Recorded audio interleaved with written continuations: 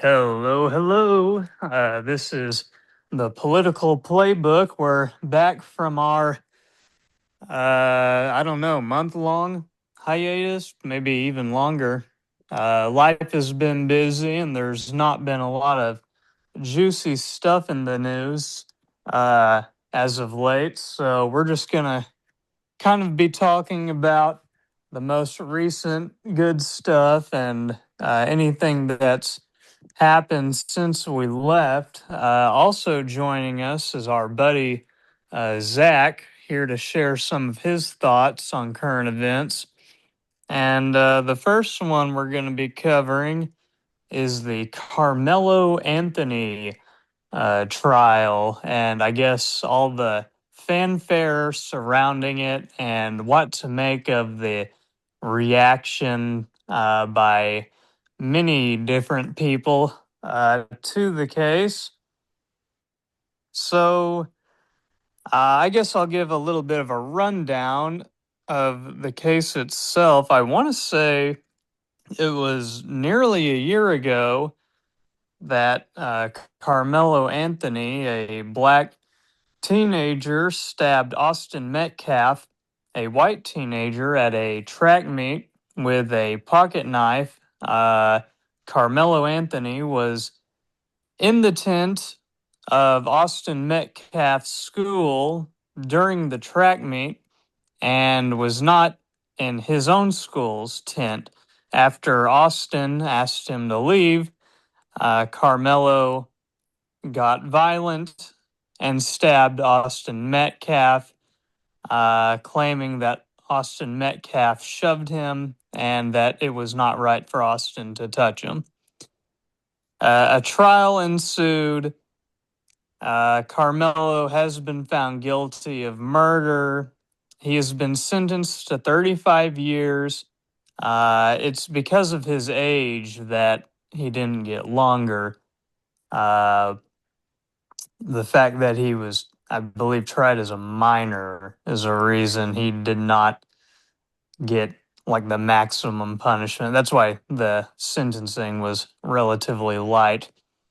And what has ensued has been a ton of backlash from the black population. They claim that Carmelo's actions were done in self-defense and that he should have been uh, freed, I guess. So that's kind of the short and sweet of it. Is there anything anyone wants to add about the context before we start opining uh, on everything else about the matter? Nothing too Not crazy. not personally for me. Yeah, I mean, I will say, I'll go ahead and I'll kick us off. I do think that it is really unfortunate that like stuff like this seems to be almost immediately read through like a race conscience lens, right? Many people will look at this, and the story will break down to black person hurts white person or white person oppresses black like criminal, right? You know what I mean? Like it's how crazy Yeah. I would just like to remind everybody here that Austin Metcalf is the one who died here. You know what I mean? So say what you want over what was basically a minor altercation, right? Like that's just unbelievable to me. But Zach, I know you hopped on here because you wanted to talk about this, so I would love to hear like any insights or what you think of the whole thing, and then we can go from there. Absolutely, yeah. And mostly what I wanted to, I guess, sort of discuss were the I guess points made by supporters of Carmelo Anthony in his defense, and how I guess strange to me they seem, or just lacking context they seem. Um as we discussed, Carmelo Anthony was sitting under the tent of an opposing school's team. Yeah, he was. Um, and as somebody who ran track in high school, I sort of have some context personally as to like what the what the culture of track meets is like, what was really going on. I noticed there were quite a few videos and tweets that I saw on social media, that were people who obviously had no familiarity with like track meets, um, trying to make points in Carmelo Anthony's uh, defense that sort of just left a bad taste in my mouth because they were really lacking that context. But yeah, let's see. I'm not quite sure where to start with it. Yeah, Well, sure. Uh, well, Let me. at a track meet, yeah, is it common for opposing teams to mingle with one another, or is that not really done? I would say it's not uncommon. And I'm going to be using a lot of like personal experience with this, but also things that I've just observed as what is sort of like culturally accepted at track meets. Um, as far as commingling, then yeah, there are going to be student athletes at these track meets that have friends that at opposing schools. That's not uncommon, right? You have a friend that goes to school 20-30 minutes away from you. Both of your schools happen to be at the same track meet. That's not odd or anything. So for an athlete from one school to be going to the tent of another school to say hi to his friend, like talk to his friend, that's not out of that's not abnormal. Um, I would say, however, that being under another team's tent or lingering around another team's tent for an extended period of time, that is something that is sort of like a taboo. That is something that would be discouraged from the coach of or coaches of whoever team's tent that is. Um, and so like I can actually remember personally an experience of like I was hanging out in my team's tent between events. And I remember specifically at one meet, one of my teammates, his friend from another school came over to say hi. Um, and he sort of lingered for a while. It wasn't anything that was like, bad. He was just sort of like talking to his friend, and then just sort of stayed there for a while longer than what is typical, than what needed to be done. He said hi. They talked for a bit, um, and then he kind of just like hung around even after they were done with like their conversation. Um, and one of my coaches happened to be nearby and noticed this and came over and was like, "Hey man, like if you're friends with so and so, that's cool and all, but like if you want to hang out with them, I'd ask that you please do it elsewhere, or that like if you're done saying hi, that you please leave. This is our tent."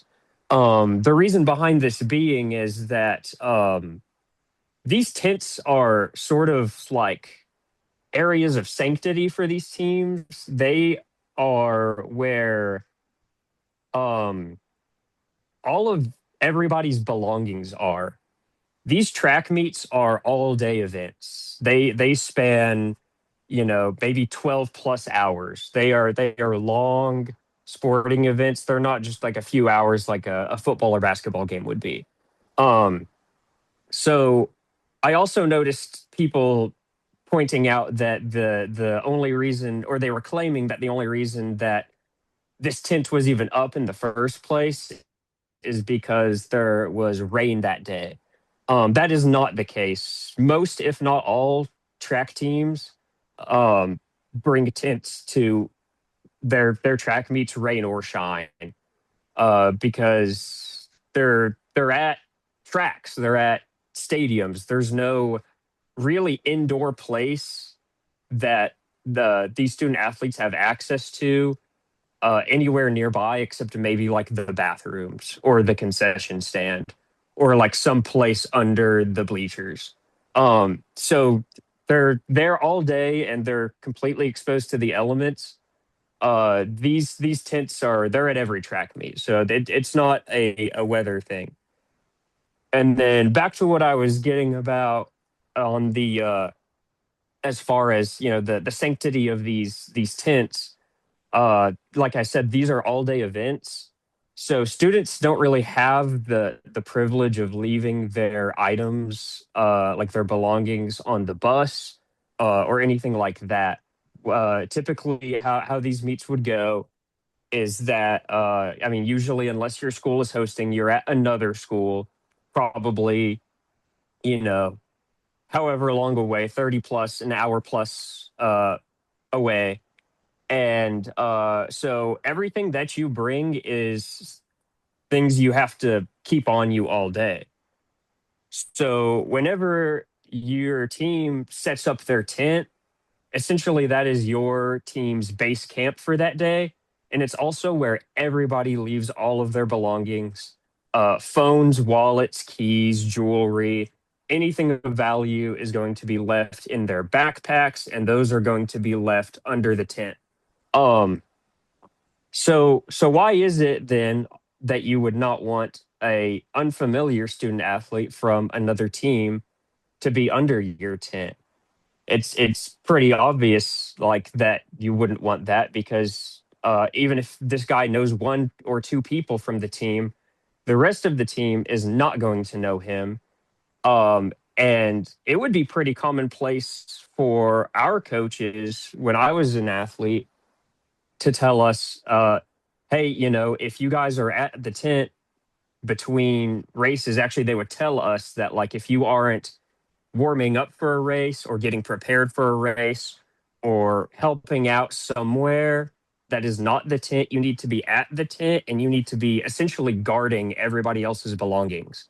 That is like what you are tasked with. You are like to be at the tent to, one, recuperate and stay out of the sun, but two, to be a deterrent and guard everyone's belongings. There's thousands of dollars of valuables under the tent at any given time.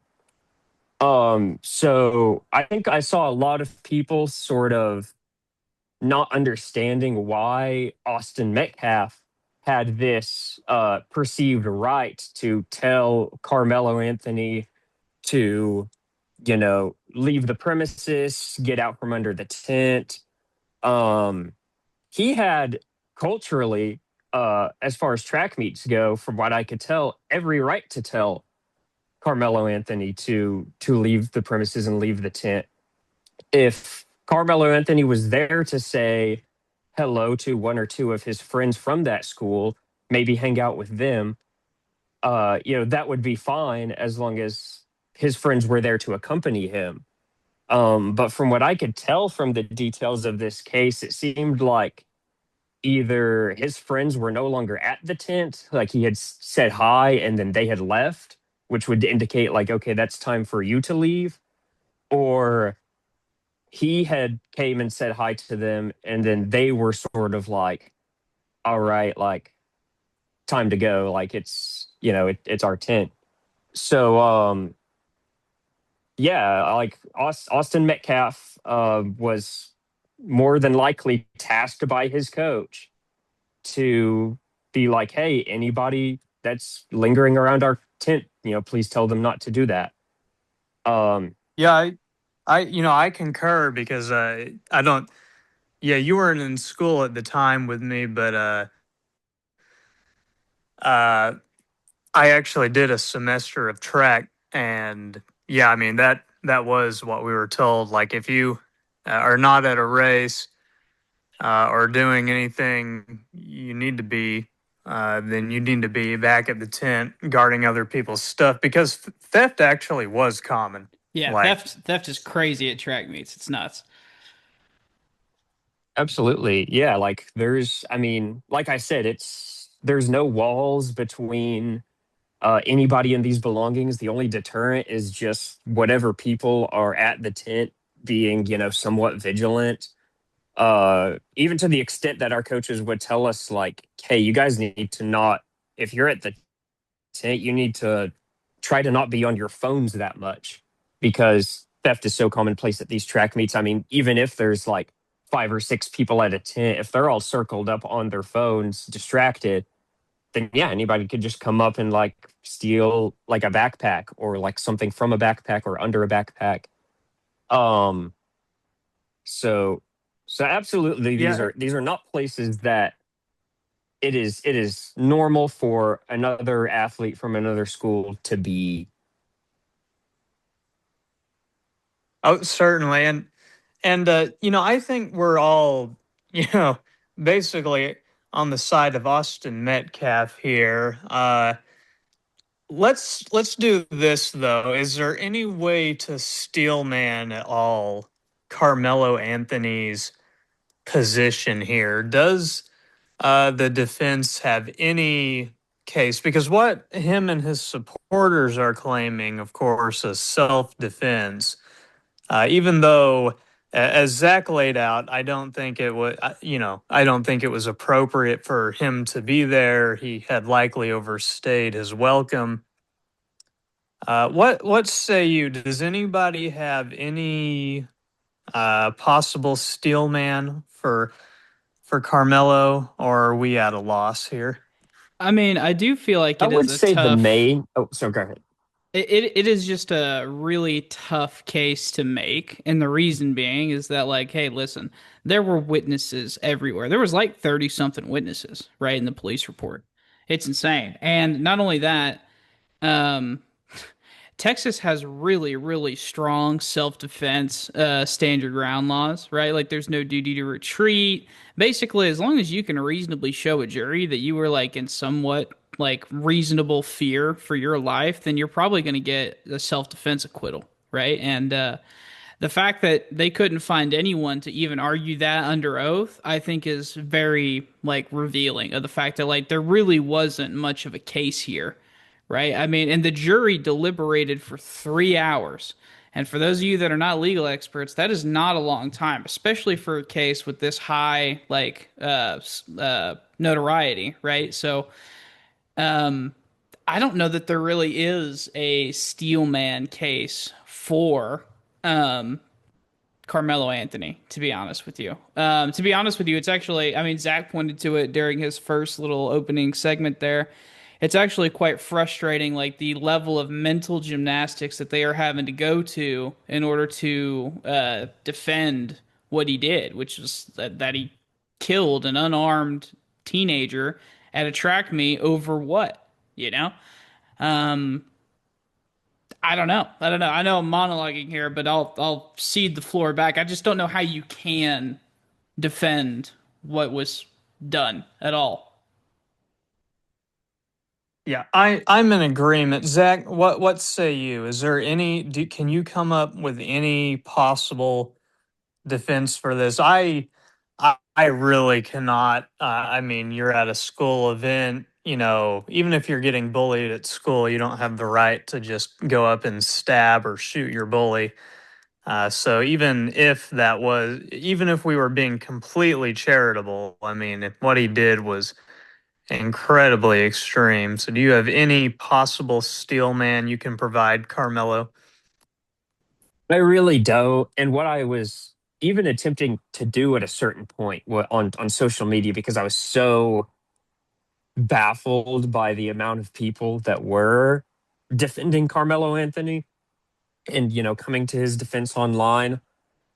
I was like, surely they know something I don't, right? Surely there's something I've overlooked or like a detail, or there is some, outlier here. But it seemed like most of the argument was um, something along the lines of self-defense, which White already pointed out is false. And then all like people saying, oh, well, Austin Metcalf had no right to tell him to leave, which we've just pointed out. It's like, well, he had every right to tell him to leave within the Well, context of these track meets. if I can cut you off there, even if he had no right, let's say Austin Yeah. Metcalf had zero right to say, hey, let's just assume the worst, right? Let's say he was ultra racist and he Right. was this revealing bigot, right? And he said, "Get out of here! Like you have no business being here."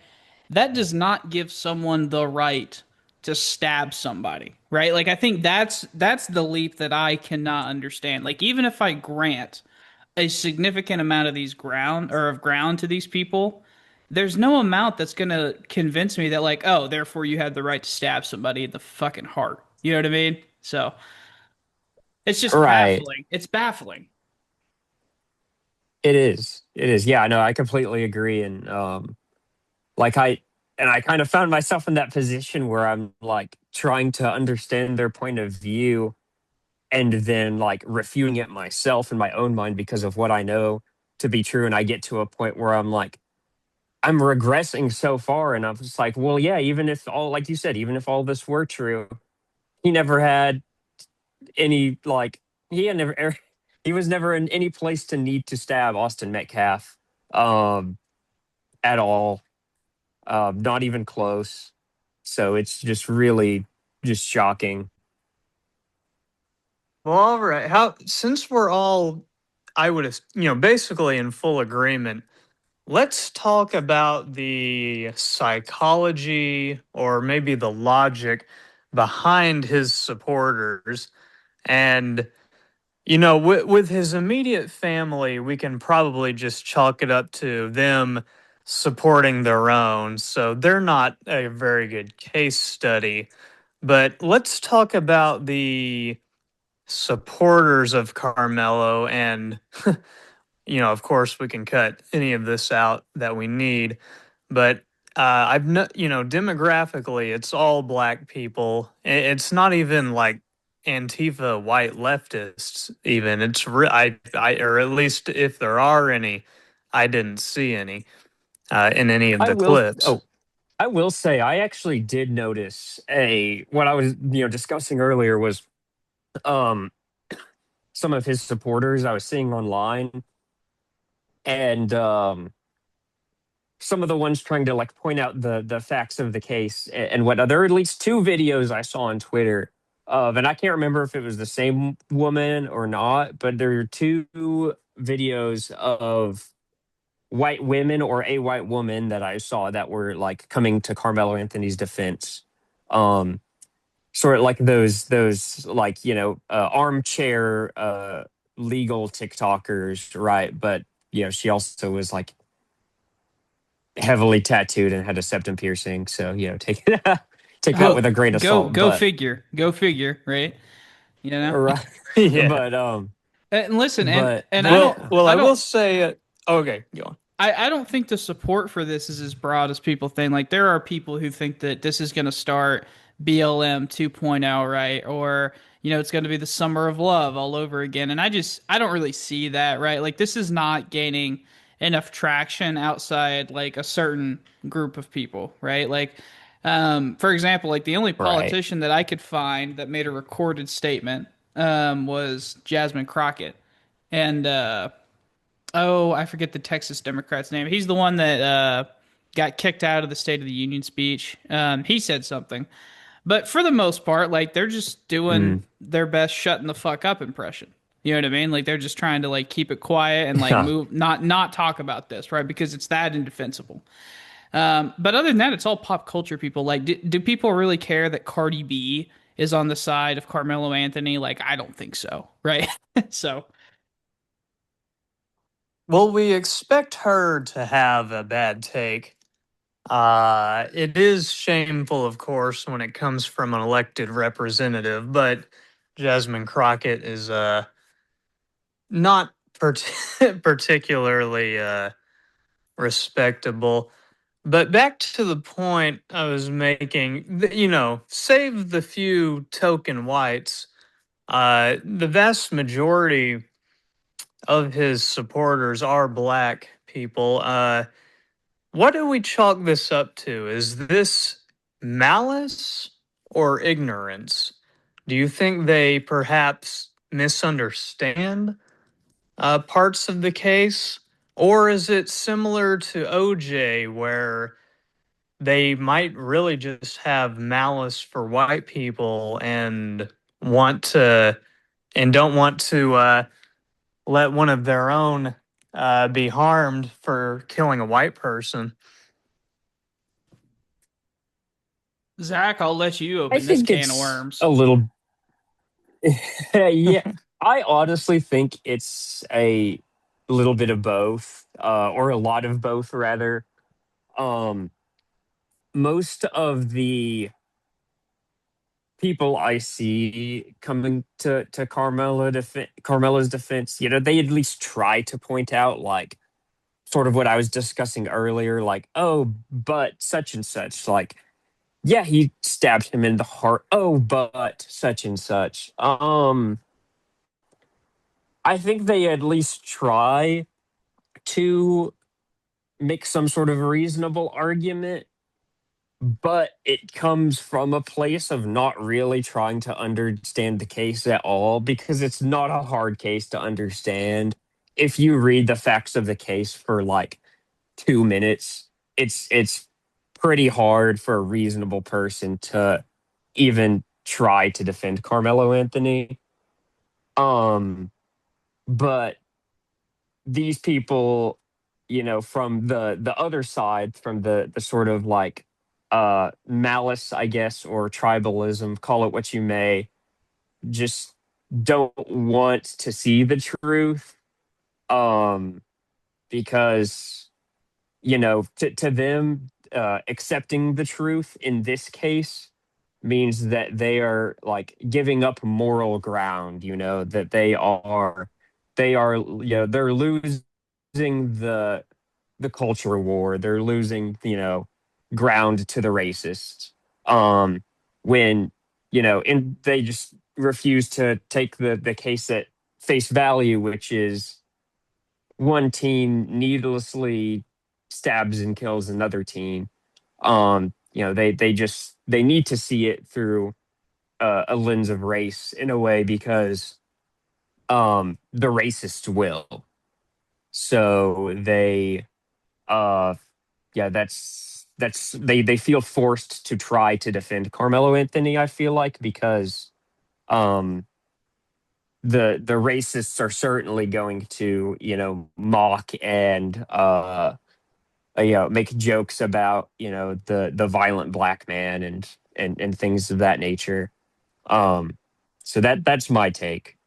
Yeah, the only reason Okay, I that think, was insightful, I feel.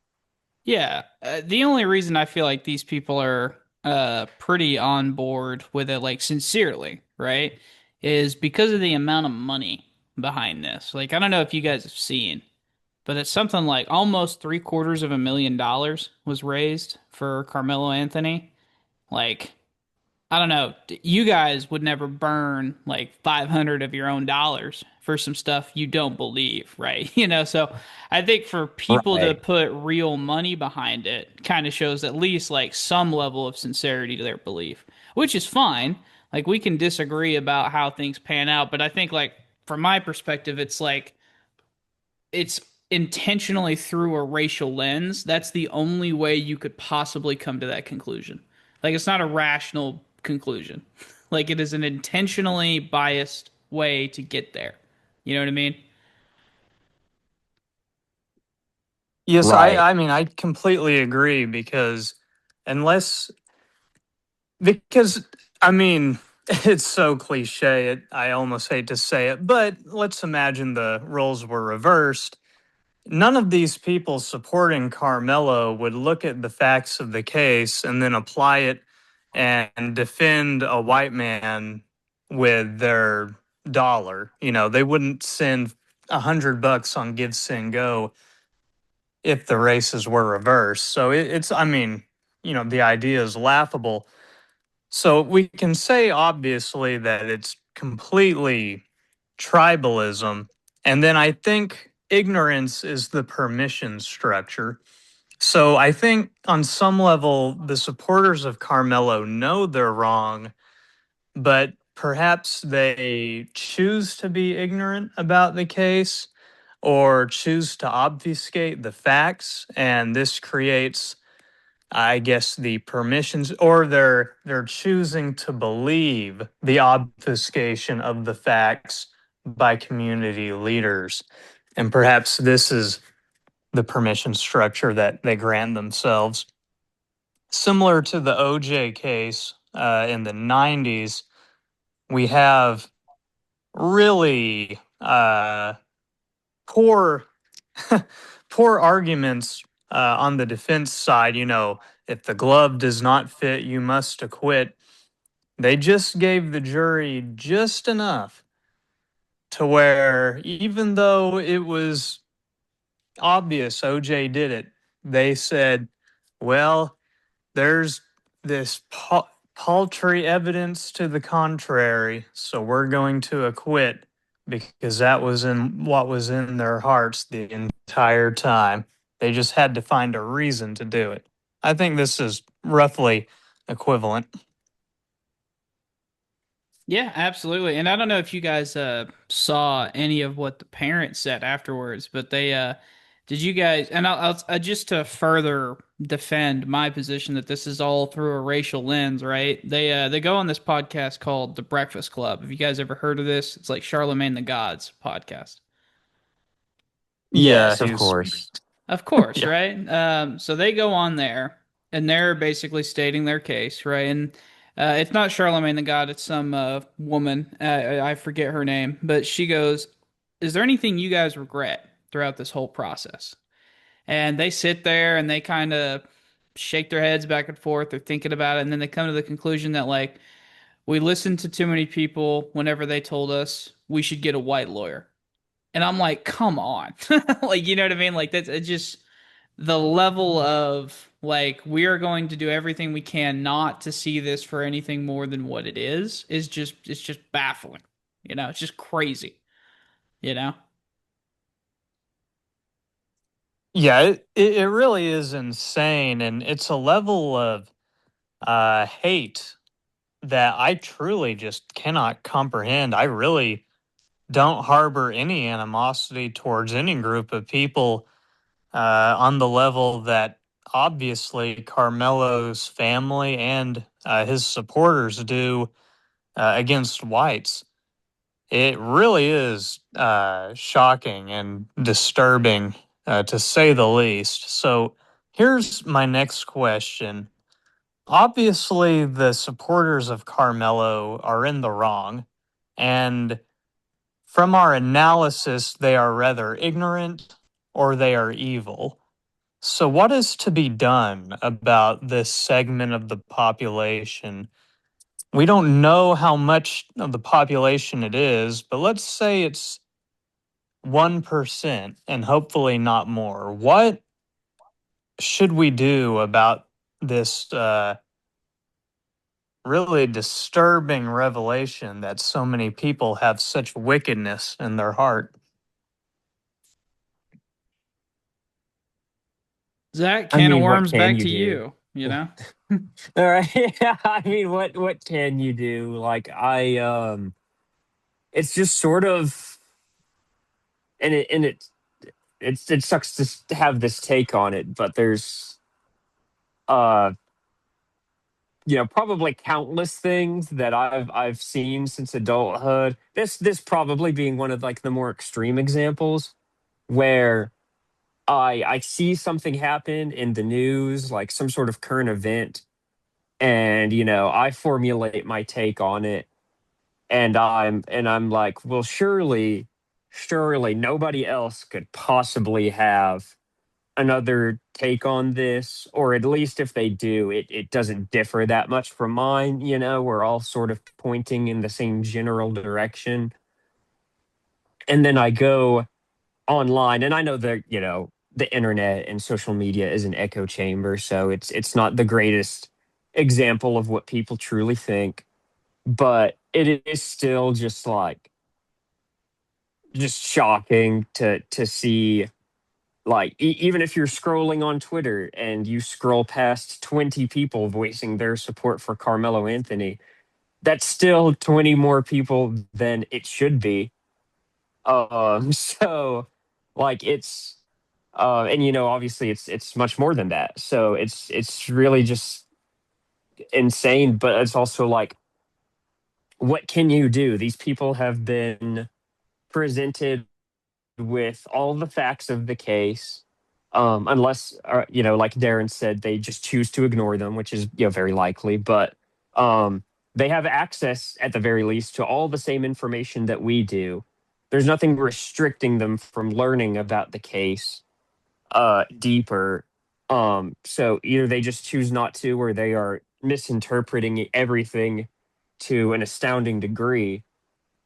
Um, and you come to the conclusion that it's like there's no helping these people. They're just going to believe what they want to believe, point blank, period. And there's nothing that I could do to convince them, because everything that could possibly convince them is already out there, like laid bare for all the world to see. Um, and then it sort of just circles back to like, these people can vote. um so in any given election, they're coming up with the same ideas through whatever amount of tribalism or bias or whatever social media echo chamber tells them to believe a certain way. They require zero facts to support whatever they want to believe, and then they can go out and vote however they so choose. Um and I Well, think that's a good thing, but also it is sad that it's like, wow, like these people exist. it is sad that they exist.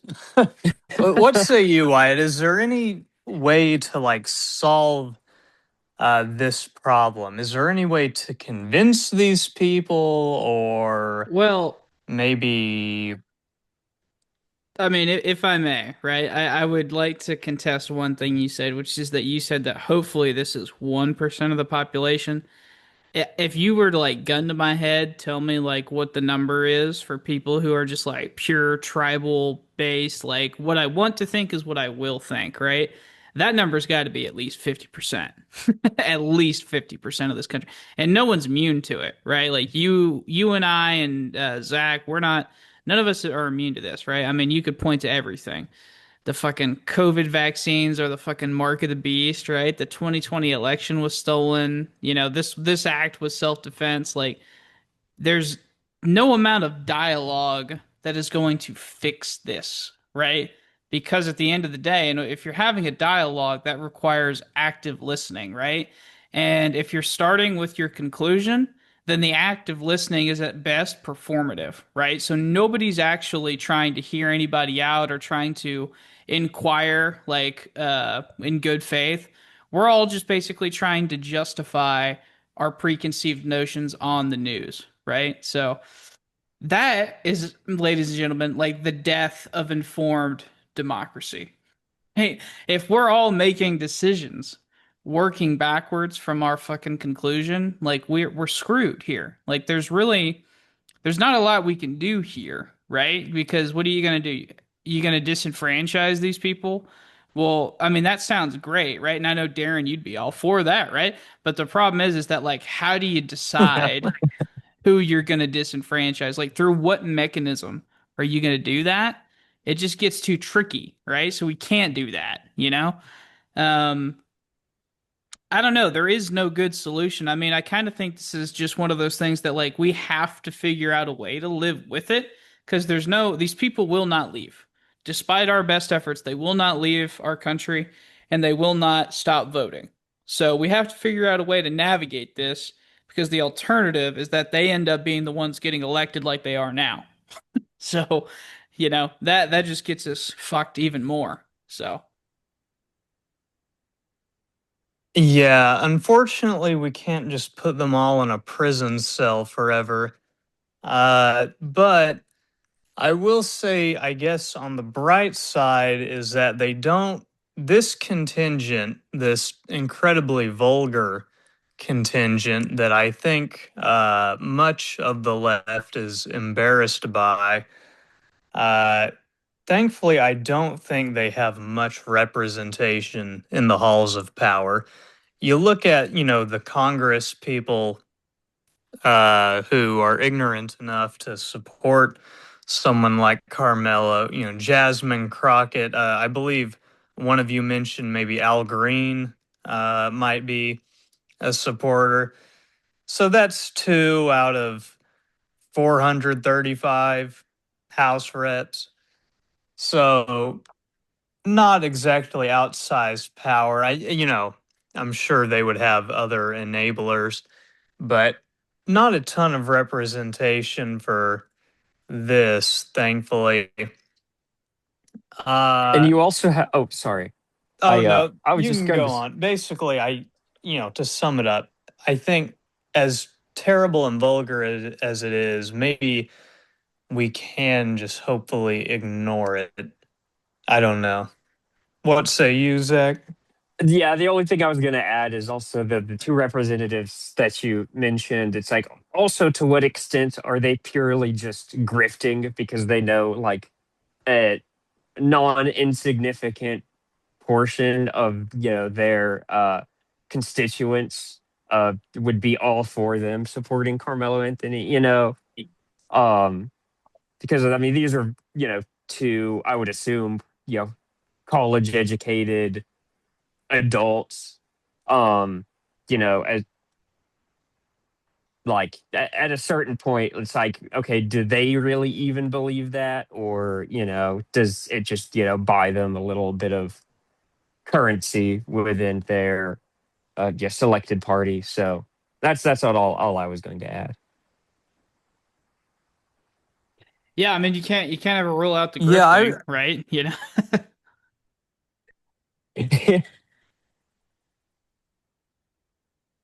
yeah, I would hope that, or well, I don't know.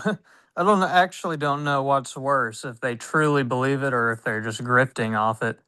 It's all terrible, but you know, I do assume a level of intelligence from Jasmine Crockett. I believe it's by her own choice that she acts the way she does. I don't think it's because she actually is a ghetto.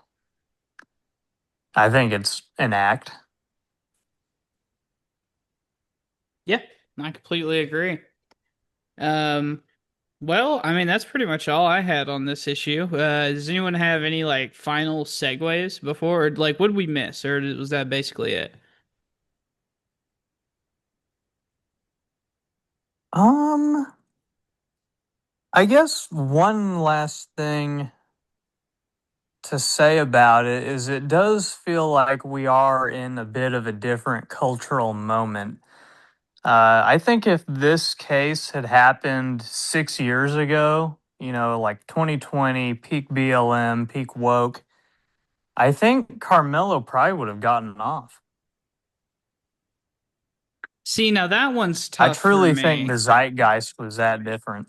Yeah, I mean that one's a tough one for me because I'm generally, one of the few people left who definitely want to believe in the legal system and the integrity of that, right? So, I would be shocked. Like for example, like I also think that like if Chauvin and George Floyd happened today, like Derek Chauvin's still going to prison for from my perspective, right? Or at least that's definitely what I want to believe. Obviously, it's we have no way of knowing, right? But I mean that just to me seems obvious, right? So I don't know. I'm I'm kind of on the side of White here. I think, yeah, hypothetically, if this case happens like 5, 6 years ago, uh, maybe the jury deliberates for another like 2 or 3 hours. Um, but I think they would still come to the same consensus, or at least I very much hope that they would. Um, yeah.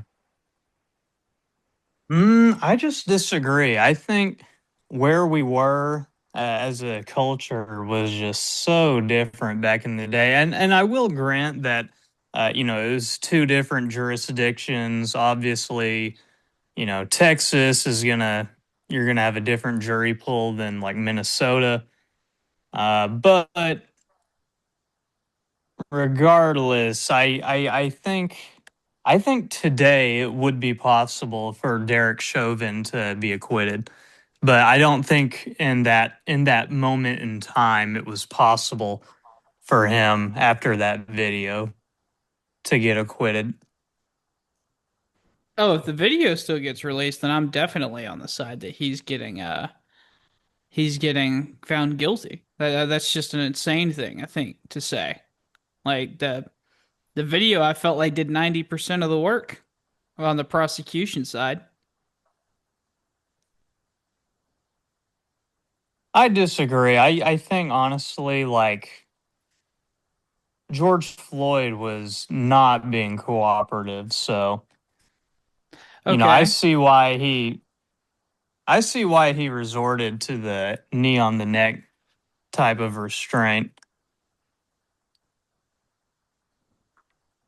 I personally haven't looked far enough into the Derek Chauvin acquittal argument to speak either way. Yeah, I sort of was under the impression of what I know of the case for that one to be like a relative. I know of some of the like arguments in his defense, but I think sort of I'm on the I'm in agreement with White here that like from what I can tell, it seems like the video and really that still image of him on George Floyd's neck that really did most of the work. I think you show that to a jury and that gets gasps.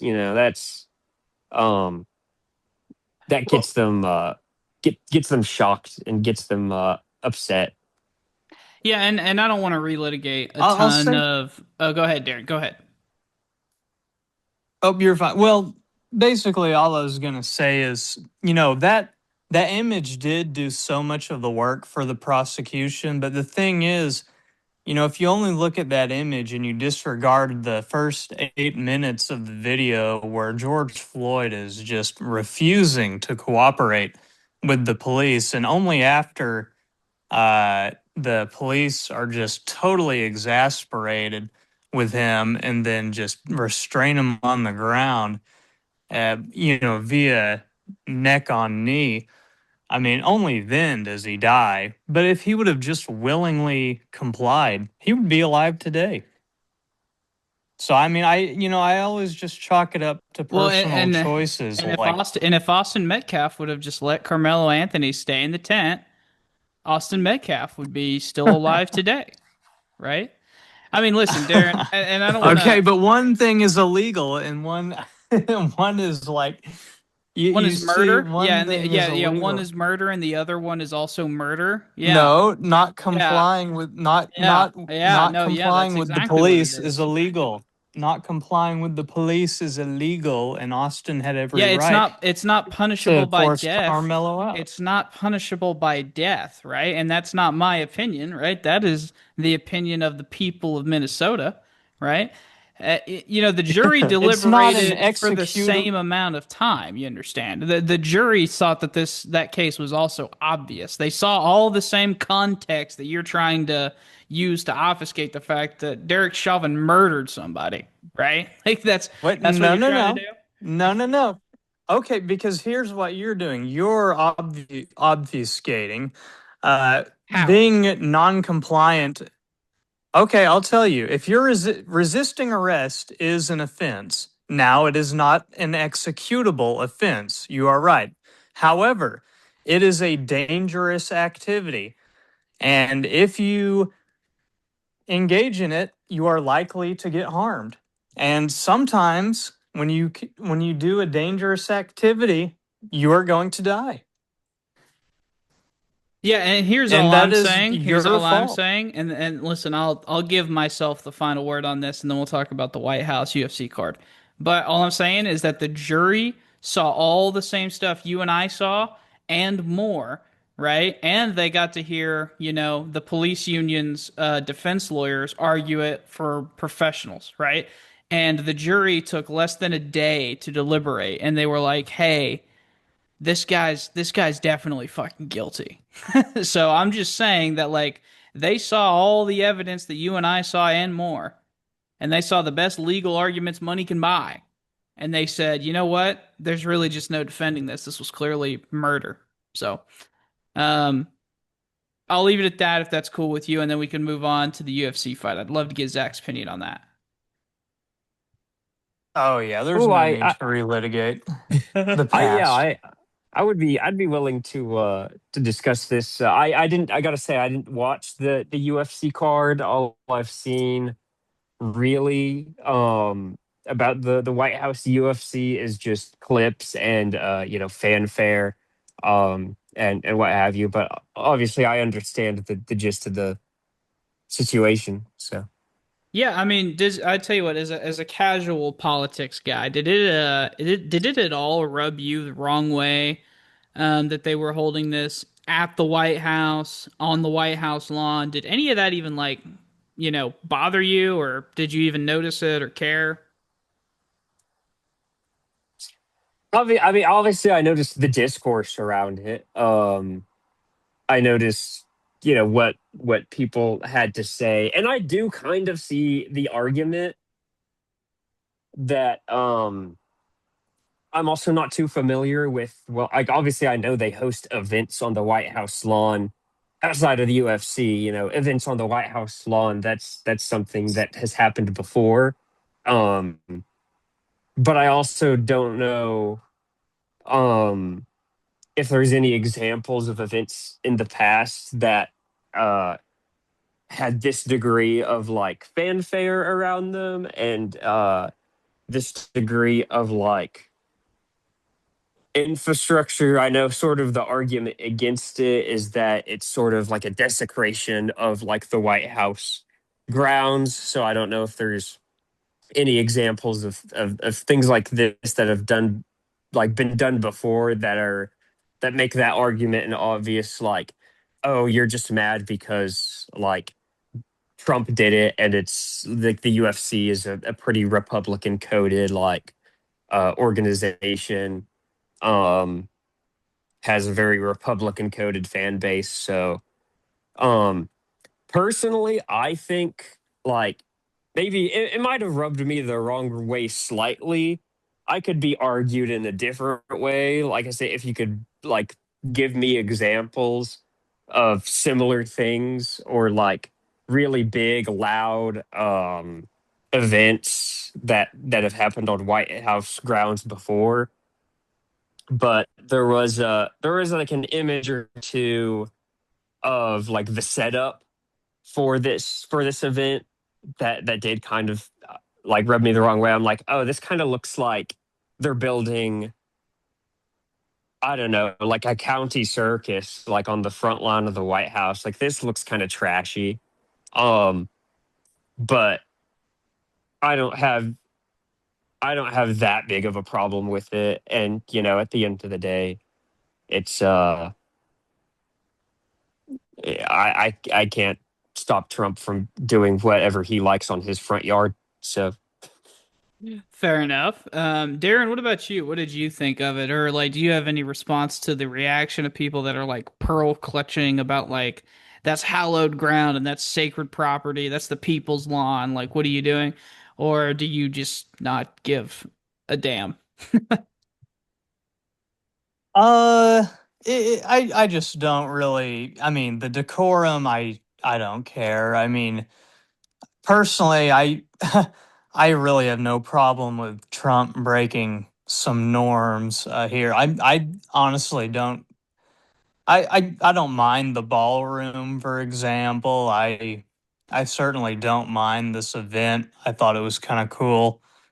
Uh, yeah, I think all the pearl clutching is almost entirely performative. Is it a little trashy? Yeah, but it's like our president is Trump, a reality star, so it's already trashy by default. So I mean, how much worse can it really get? I gotta I really want to add this as well before I sort of lose my train of thought. I forgot about this. There was also a lot, not nearly as much, mind you, but I did see online there being a fair amount of like pearl clutching, as you say, whenever Trump uh, sort of refurbished the reflection pool. Um, I had zero problem with that. In fact, I thought it was a good idea, to make that pool look clean and prevent it from growing algae in the future, and cut down the cost of like maintaining it. Um, all of the arguments behind like Trump doing that seemed to me like just nothing but net positive. And yet I still saw people sort of complaining and pearl clutching about it. And at that point, I was like, okay, we have to choose our battles, people, because if you want to make your like, if your grievances, if you want to make your grievances, I don't know, heard or taken seriously, you can't get mad at absolutely everything Trump does, because your law of averages, not everything he does is going to be like objectively bad. Sometimes he's going to have a good idea. Um, like sometimes he's going to do something that's like, actually, he was probably right to do that. That makes sense. And if you get mad at it, then you just, it sort of waters down your whole argument like against him from there on out. It's like, oh, you're just getting mad at everything he does. It's like you gotta pick and choose your battles. You have to point out and articulate why what you think he's doing is bad. Otherwise, you just look like you're mad for no reason. Yeah, I would love to see there be a little bit more of a strategic approach from the Democratic Party, right? In their opposition. It seems to me like, and you kind of hinted at it a little bit, that like there's a lot of this outrage almost like for just like, oh, well, Trump did it, so like we have to be pissed off about this. And I'm like, what? Just why? Right. I mean, the reflecting pool is the perfect example. And although I'm sure that it's not like it's already not working, like there's already a ton of algae in it, right? But like forget all that. There's a fucking war in Iran going on right now. Like how about we just hit them on that? You know what I mean? Like why are we spending political Right. capital talking about a fucking pool, right? Like it just none of this makes any sense to me, right? But I guess back to like the White House event, I don't really have a huge problem with it, to be honest with you, but I do think it is really insightful to the type of president that Trump is, right? I mean, he's one of those guys that like is all about him. He's trying to put his name onto buildings as best he can. He's trying to assign like his own legacy, and I don't think he realizes that legacy is something other people write about you, right? But I mean, think of it like this, right? Like, if you want to look at like two different types of presidents, right? So Obama, right? It's very common, Zach. I know you're not a political guy, but like right as soon as a new president takes over, one of the first things they do is they renovate the Oval Office, right? It's a tradition that goes back, Right. almost a century, right? And Obama decided not to do that for the first year or 2 years of his presidency because we were coming out of the Great Recession. He was like, it probably just doesn't look good, right? If we, spend, 10, $12 million renovating the Oval Office while like, you know, 18% of the workforce is unemployed right now and people are losing their home, right? Versus like Trump, right? Who, when America is also in a rough economic spot right now, he is hosting the biggest fuck you, here is my awesome party, right? On the stones of the steps of the White House. And it's like you just can't get too polar opposite, right? For these. And if that sounds like pearl crushing, you guys let me know. But I just, very insightful, I thought, you know? Yeah. No, yeah, it's a good point. It does it kind of does show off his character. Certainly not humble, but again, I just don't mind it. And back to your point, it would be so much wiser for the Democrats to be outraged about the war in Iran, but uh, mainly what you get from Democrats is ambivalence because half of them are for it. Yeah, unfortunately, right? So, well, I think we got a Yeah, little I bit here. Oh, go ahead. Go ahead. no, that's I was just gonna agree. Oh, fair enough. Well, other than that, I think we got time for one more if you guys do. But Zach, World Cups here in America, is your Twitter feed flooded with these Germans and these English people like touring America? Is that pretty much fair to say? It definitely is, and obviously there's one Freddie. He's Of gotten real course. popular to me. He's sort of obviously at this point it's like probably just sort of like grifting because he's getting a lot of money. And I don't blame him at all. Get your bag, man. Like I think it started out as him genuinely being in awe, but now it's like every city he visits, he's like, wow, like Kane's chicken fingers. It's like, okay, bro, like um, but yeah, no, I think it's on the whole though, yeah, it's great for the country. I'm glad that a lot of Europeans that had a lot of hostility. I'm a guy who follows soccer like relatively closely. Um, so a lot of them that just were like generally ignorant of what America even looked like or what the day-to-day culture is sort of like are doing a 180, and they're changing their stances after spending some time here, which is really nice to see.